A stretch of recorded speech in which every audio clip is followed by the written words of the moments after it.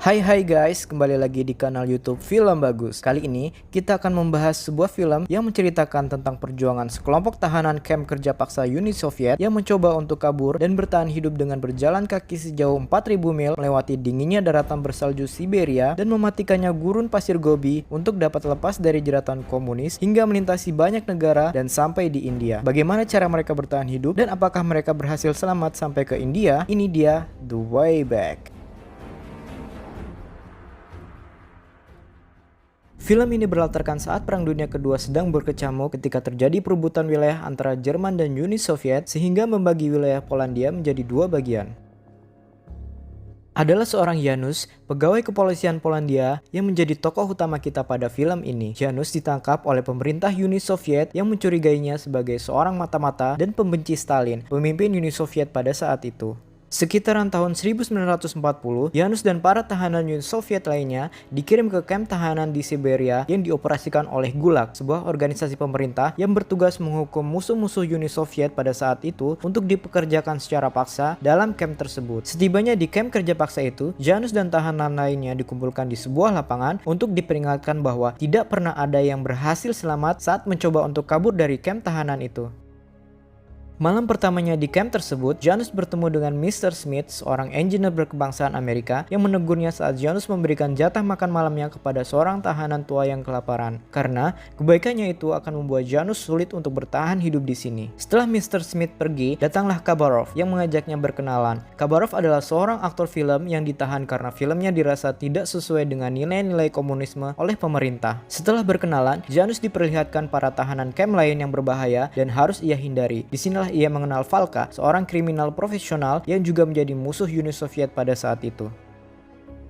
Di kamp kerja paksa ini, para tahanan dipekerjakan sebagai penambang dan penebang pohon. Malam hari itu, setelah melihat gelagat Janusz, Khabarov datang dan berbicara kepada Janusz bahwa melarikan diri dari kamp kerja paksa itu tidaklah mustahil sama sekali untuk dilakukan. Dan ia pun tahu di mana lokasi mereka saat ini dan bagaimana caranya merencanakan untuk dapat kabur dengan selamat menuju kebebasan. Keesokan harinya, saat akan dipekerjakan untuk menebang pohon, mereka dihadapkan pada serangan badai salju yang menyebabkan satu demi satu para tahanan gugur melawan suhu dingin yang ekstrim itu. Mau tidak mau, mereka pun harus berlindung di dalam hutan untuk menghindari badai salju yang berlangsung. Dan disinilah Janusz dan teman-temannya berkenalan secara resmi dengan Mr. Smith yang akan menjadi rekannya dalam pelarian nanti. Setelah kejadian badai salju itu, Mr. Smith yang sempat membangkang perintah ketua sipir bersama dengan Janusz dan teman-temannya dihadapkan pada situasi di mana mereka harus menerima hukuman dengan melakukan pekerjaan menambang. Dan karena pekerjaan menambang inilah yang akan menjadi pemicu bulatnya tekad Janusz untuk melarikan diri dari kamp kerja paksa tersebut. Saat Janusz dalam kondisi terserang kecemasan, ia bercerita kepada Mr. Smith tentang Khabarov dan rencana pelarian mereka. Mr. Smith yang mendengar nama Khabarov pun sangsi dengan rencana mereka karena mengetahui siapa sebenarnya Khabarov. Namun di akhir, melihat tekad Janusz untuk kabur dari kamp kerja paksa ini sangat besar, maka Mr. Smith pun berencana untuk ikut mendukung dan ikut dalam rencana Janusz tersebut. Dan benar seperti apa yang dikatakan oleh Mr. Smith di tambang, semua tentang Khabarov adalah omong kosong belaka. Dia sendiri ragu dengan rencana pelariannya. Namun kepalang tanggung,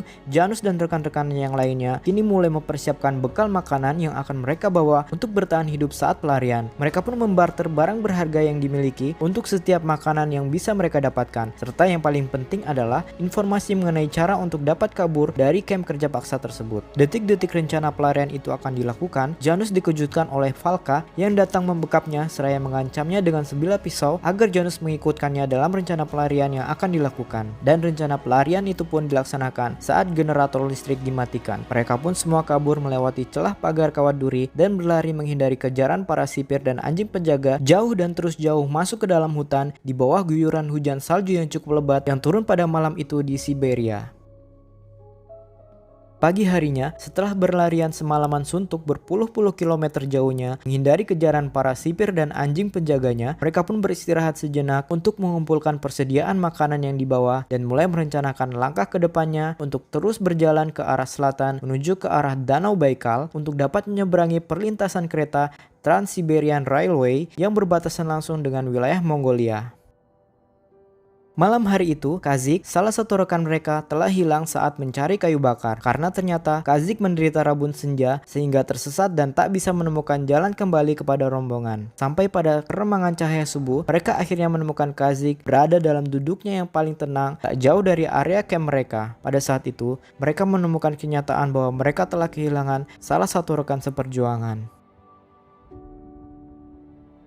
Hari-hari berlalu dan dengan terus berjalan ke arah selatan, kini mereka telah sampai pada daerah yang lebih hangat sehingga semua akan terasa lebih mudah bagi mereka, setidaknya untuk masalah salju. Namun satu yang tidak berubah adalah mereka masih kesusahan untuk menemukan sumber makanan dan tempat untuk bernaung mengingat status mereka yang merupakan pelarian dan musuh negara. Hal ini membuat mereka semakin lemah dari hari ke hari hingga sampai pada suatu saat Janus yang bertindak sebagai pemimpin rombongan memutuskan untuk mencari sendiri arah menuju ke Danau Baikal, sementara rekannya yang lain akan menunggu untuk sementara waktu hingga sampai Janus kembali kepada mereka. Kini, Janus pun berjalan sendirian mendaki dan menuruni lembah, berlindung dari hujan dan dinginnya malam, dan bertahan hidup dengan memakan apa saja yang dapat ia kunyah. Sampai pada suatu ketika, saat Janus berada di punggungan suatu bukit, ia akhirnya menemukan apa yang ia cari selama ini, yaitu Danau Baikal. Janus pun kembali kepada rekan-rekannya dan membawa mereka ke arah yang benar menuju ke Danau Baikal.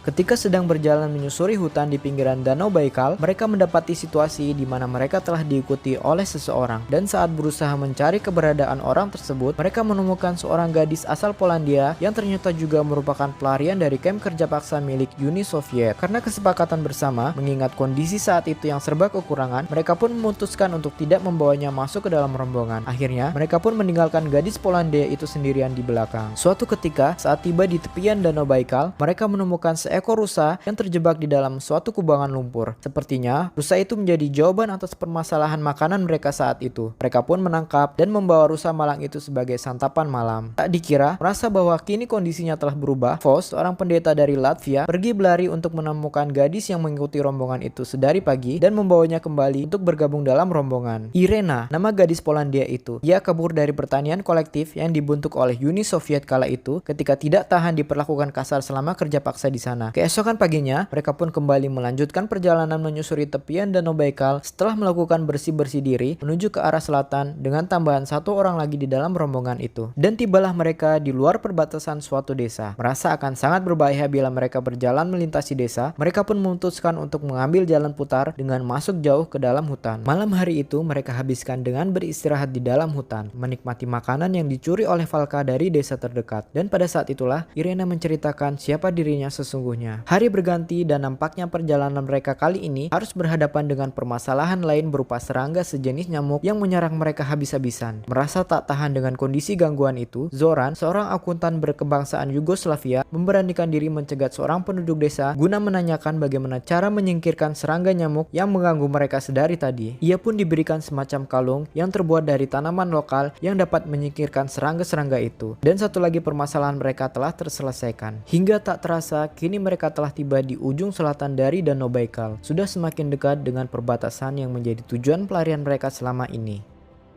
Hari berganti dan kini mereka telah tiba di sebuah bukit tak jauh dari perlintasan rel kereta api yang menjadi penanda perbatasan antara Uni Soviet dan Mongolia. Namun, mereka harus menunggu sampai hari gelap saat tak banyak penjaga maupun pekerja di sekitar perlintasan kereta api itu. Keremangan malam memberikan mereka kesempatan untuk dapat melintasi perbatasan itu dengan aman. Janus mencoba dirinya untuk melintas terlebih dahulu, disusul dengan rekan-rekannya yang lain saat keadaan telah dipastikan benar-benar aman. Dan yang tak terduga, disinilah terakhir kalinya kesempatan Janus dapat bertemu dengan Valka yang karena kecintaannya pada Stalin meskipun telah dikirim ke kamp kerja paksa dan karena tidak tahu akan menjadi apa nantinya bila ia meninggalkan negara tempat kelahirannya itu, maka ia pun memutuskan untuk tinggal dan tidak melanjutkan perjalanan dengan rombongan itu. Akhirnya mereka pun berpisah.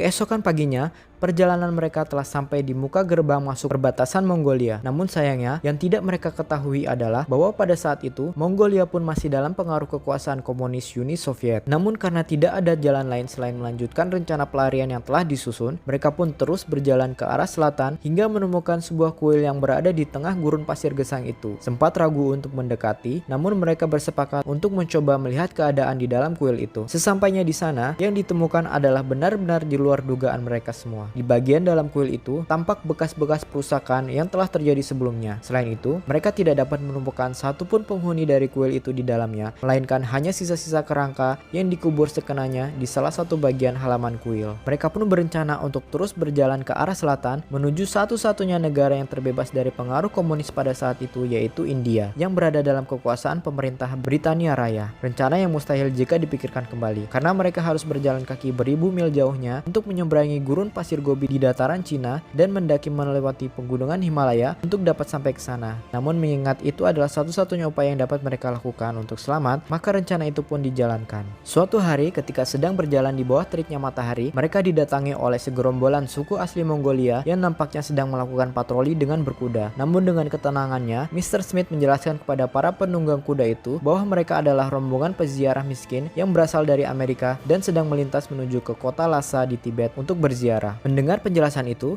para penunggang kuda itu pun memutuskan untuk pergi dan membiarkan mereka melintasi daerahnya. Namun kelegaan itu tak berlangsung lama. Mereka kini dihadapkan pada luasnya bentang alam gurun pasir Gobi yang terpampang jelas di depan mereka. Tampaknya perjalanan mereka ke depannya akan lebih berat daripada yang pernah mereka alami sebelumnya. Suatu ketika, saat kondisi rombongan semakin lemah karena berhari-hari berjalan dalam kondisi dehidrasi, mereka melihat di kejauhan adanya pepohonan yang mengindikasikan adanya sumber air. Namun Janus meragukan apa yang dilihatnya karena bisa jadi itu hanyalah fenomena fatamorgana saja. Sempat terjadi sedikit ketegangan di antara mereka, namun karena keyakinannya, Mr. Smith memutuskan untuk mengambil resiko itu dan berjalan menuju ke arah pepohonan itu. Mau tak mau, rombongan yang lainnya pun akhirnya mengikuti kemana arahnya pergi. Dan benar saja dugaan mereka, di sana mereka menemukan sebuah sumur tua yang nampaknya telah dibuat oleh para pelintas batas sebelum-sebelum mereka. Rombongan itu pun membayar seluruh rasa dahaga yang mereka miliki dengan penuh sukacita. Merasa sudah cukup dengan dahaga yang terbayarkan, malam itu terjadi perdebatan lagi. Apakah mereka harus tinggal lebih lama lagi di tempat itu atau terus melanjutkan perjalanan menuju tujuan akhir secepat mungkin. Namun dengan mempertimbangkan bahwa tanpa adanya makanan, maka kondisi mereka akan semakin lemah di sana, sehingga diputuskan bahwa keesokan harinya mereka akan meneruskan kembali perjalanan itu dengan membawa sebanyak mungkin air yang bisa mereka tampung untuk bekal selama perjalanan. Sayangnya, baru berjalan beberapa hari, mereka harus langsung berhadapan dengan ganasnya badai gurun pasir yang menyapu apa saja yang dilewatinya. Hal ini menyebabkan sebagian besar persediaan air yang mereka miliki hilang begitu saja. Namun, dengan mempertimbangkan bahwa kembali ke sumur tua itu bukanlah opsi yang baik, mereka pun akhirnya melanjutkan perjalanan dengan persediaan air yang mereka miliki sekarang. Kondisi alam yang benar-benar ekstrim tampaknya memang bukanlah tandingan yang sebanding bagi mereka. Satu demi satu dari rombongan itu pun mulai berguguran, dimulai dengan Irina yang telah beberapa kali terjatuh hingga tak bisa bertahan lagi karena terserang sengatan matahari, dan diikuti oleh Thomas, sang pelukis yang mengalami kondisi yang sama. Keduanya pun kini telah sampai lebih dulu pada tujuan akhir sesungguhnya dalam pelukan hangat gurun pasir Gobi.